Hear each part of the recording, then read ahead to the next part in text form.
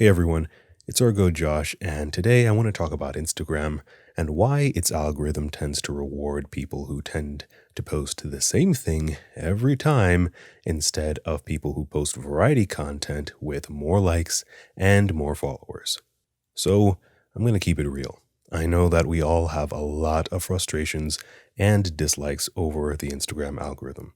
I mean, ever since it switched over from the consistent chronological order that we all knew and loved, it's now a mess and we feel like we never get seen.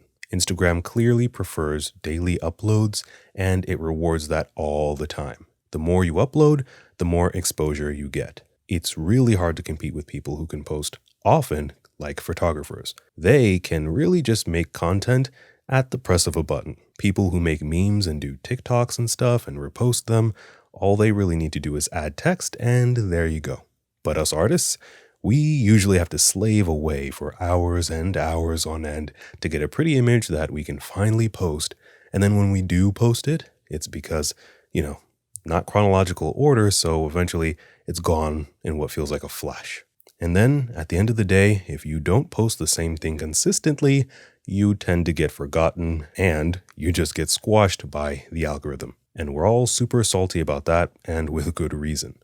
But I'm here to tell you that regardless of its flaws, the Instagram algorithm is really working as it should be, and we really shouldn't be worrying about it too much. Instead, we should try to understand it more so that we can structure our own lives around it properly and not suffer as much. I'm going to tell you why the Instagram algorithm and a lot of algorithms tend to reward really strict consistency and why you shouldn't let that stress you out and you really shouldn't criticize it that much because at the end of the day, it's just who we are. So I have this analogy that will hopefully explain everything that I'll go into more detail a bit later, but it's just the simple analogy of the boss and the employee.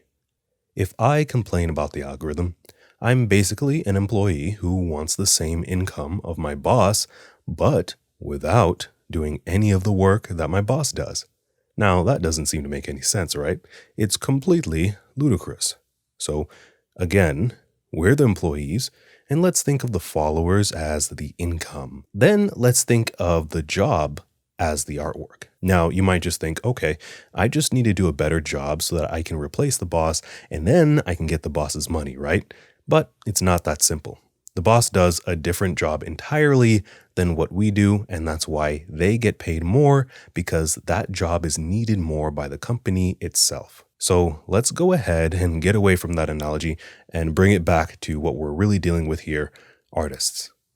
At the end of the day, us artists on Instagram can have all the cake and eat it too. Like in the analogy, the goal of the Instagram algorithm is to get as many people as possible to stay on the app for as long as possible. Therefore, it simply caters to what people's true actions are, and it doesn't make any assumptions, and it doesn't really have an agenda, although, sometimes that's pretty questionable. But the Instagram algorithm is really just focused on trying to get people to stay and use the app. And just like in the job example, or the employee and the boss's job tends to do a better job of keeping people on the app than the employee. So because of those things, when you look at us in the art community and you look at artists who have the most followers, you start to see a pretty similar pattern. This pattern isn't new and it's not special and it sure as hell is not a hidden or secretive thing. It's simply that the algorithm caters to people who do a lot of the same thing very frequently. If you do different things all the time, then you don't really get suggested that much or get as many followers. Now, the thing is that the algorithm is led by our collective decisions. Yes, the algorithm can make you grow if it shows your work to more people, but it only picks people to show based on the higher chance that more people are going to like it. So you should really think of it as directly interfacing between the masses of people on Instagram and just try to forget that the algorithm is even there, really. So this entire concept is visible in everything in the art world. Let's look at a video game studio, for example. If you're hired to be, let's say a 3D modeler, you need to model the characters that have been given to you from the concept artists. You're not going to be modeling them with real clay or whatever program you select. Sometimes you might have some leeway with that, but likely they're going to have a pipeline that they want you to stay in to maximize efficiency, and you can't just model your own characters as well. You need to do exactly what they need you to do in order to get paid. You need to design what they need you to design, and you can't just make up your own IP, and you definitely cannot constantly be changing your own style because they most likely hired you for a very specific one. So in life, the whole thing is really that we earn value by convincing other human beings, right? Because we don't get money from animals, we get it from humans, people. And at the end of the day, we convince other people to give it to us by giving them some sort of value. What we've got to realize is that our followers are people too. They're like mini investors. Their value currency is their time, and they choose to invest it in certain places as they see fit. Just like real investors with real money, they choose based off of what's the highest expected reward, and they also choose based off of consistent history of good performance. So followers basically give out follows, likes, and subscriptions, etc., as a way to give their time currency to different creators. So to try to illustrate this, imagine a group of people all walking around in the home page or the explore page, and they see a piece of art they really like. They follow it back to your account and they look through, they're like, okay, let me decide if I want to invest my unique home page in this person. Or just invest in this person so I can get their content on my homepage. And they look through your page and they look through your posts. If your art lines up with what they found and it's consistent and similar and they get the same pleasure and enjoyment out of it, then they'll be like, wow, yeah, I'm going to subscribe. I want to give this person a piece of my time and energy every day I scroll through Instagram because I want to see what they've got. I want to see what they are doing. I want to stick around. Now imagine they find a piece of artwork that they really like, they go back to your page and nothing else looks like it. Or let's say the last thing you posted was 3 months ago. They're not going to follow because they're like, well, I'll save this one post right here, I'll give it a like, but I'm going to move on. I don't want to be bombarded with random stuff I don't know what to expect. And that's exactly how people are. If you pay attention, you can look at the amount of people who visit your page daily and weekly, and you can compare that to your followers daily and weekly. And the higher that percentage is, the more likely you are doing what I'm talking about in this video, where your likes are high and your followers are high because everyone is seeing a very consistent theme across your page and they want to stick around to get a little piece of that to include in their own personal homepage. As much as we like to criticize the algorithm for encouraging this behavior, this is just human behavior magnified. And this is just how things are. People want to curate what they see and they don't want to see what they don't want to see. Look at ads. How many of you have ad blocker on? Probably a lot of you, because you don't want to see ads constantly. You want to see the content you want to see constantly. But I know you don't have those on for this channel, right? I appreciate it. Thank you. So I want to quickly add a disclaimer here because I know a lot of people are going to feel extra disappointed at this point in the video because they don't want the pressure of being so consistent. And that's fine. You don't have to. You don't always have to be consistent at all. This is for people who want to get value from their audience, aka money to support them significantly at the end of the day in some form or another within their career. If you're a young artist or beginning artist or someone who isn't trying to create a business out of this or entrepreneurship thing, you don't need to be using Instagram as a business tool. What you should be doing is focusing on trying to build meaningful relationships with other artists around your skill level and interests. Impatience and anxious decision-making breeds ignorance and eventually creates meaningless failure, which is failure that you don't learn from. If you want some form of recognition, that is normal. But again, I advise you to balance your motivations, like I mentioned in my last video about art block. So people who are not really doing Instagram intentionally like this and are not really sure of what they want will constantly change what they do with every single post. And trust me, I know this because I've done this for the most of my career. And then all of us end up getting lost and confused at the end of the day. So do this only if you want to build an audience that can support most of what you do with your artwork. approach Instagram with the intent to build an audience based off of being consistent only if this is your goal. However, if you're focused on working in the industry instead, as a, typical job in the art industry, I wouldn't waste your time trying to build a huge audience on Instagram this way. And here's something interesting you probably haven't thought about. There are thousands of people working in the industry that we never hear about because they're busy working and they're not posting. We all know about the artists that have a lot of clout and millions of followers in the art community. And we've also heard of artists that have a lot of amazing projects that they've worked on, but at the same time have tiny followings on Instagram and social media.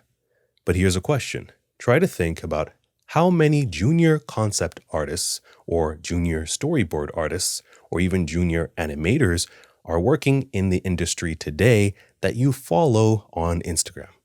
There's probably none or very little of them because you simply don't know them. They're probably busy working and they likely don't have time to post for themselves as much. A well-known concept artist and YouTuber I really respect is Feng Zhu. He does a lot of incredible, helpful live streams and videos on teaching other artists who want to get into the industry. And he always says that a lot of the art that you'll see on these platforms are done by professionals who have worked in the industry for years, and they have fun at the end of the day doing artwork for themselves. They end up posting this artwork and it ends up being adored by all of the artists who are on the platform that see it. And then we all end up thinking, I need to do this in order to get into the industry. Now, I'm sure you can see why this is completely wrong and backwards because we're not looking at the people who are directly ahead of us. And hopefully this will show you how deliberate you need to be about building an audience and how it is not, absolutely is not, the only way to make a living in art. So if you're the type of person whose main goal is to work in the industry somehow and not just support yourself from an audience, then please don't try to reinvent the wheel. Just look at your trajectory. Look at the people who have done it before and follow them. Hopefully, if you're good at finding people who have done the thing that you want to do, you will be able to follow their footsteps close enough to where you save time and then you can begin to find your own niche in this world. So if you want the followers, the likes, and the subscribers, and you know you're trying to build an audience that's going to support you one day, you now know what to do. And to be honest, we've always known what to do because work is work, and that's never really changed. It's just a fact of life. If you want to reap, you must sow. This is why there will always be some people with 10,000 followers, even fewer people with 100,000 followers, and a very tiny circle of people with 1 million plus followers. Because who wants to force themselves to be consistent and paint something similar every single time with their work? If it comes natural to you to do this, then you're probably one of the lucky ones. But in the case of the most, it's just the way that they've ended up because they have been through the entire journey of exploration already. Again, if you want to have fun and explore your own art journey right now at your own pace, that is completely fine. Go do that, but do not expect to get paid, aka get tons of likes and followers for doing it. That's simply the way things work. Having tons of followers and having tons of likes gives you an ability to make a living for yourself on these platforms. That is work. And you have to be able to think about how to strategize and be successful on these platforms in order to grow and actually earn that income, aka followers, aka sponsors. Everything works that way.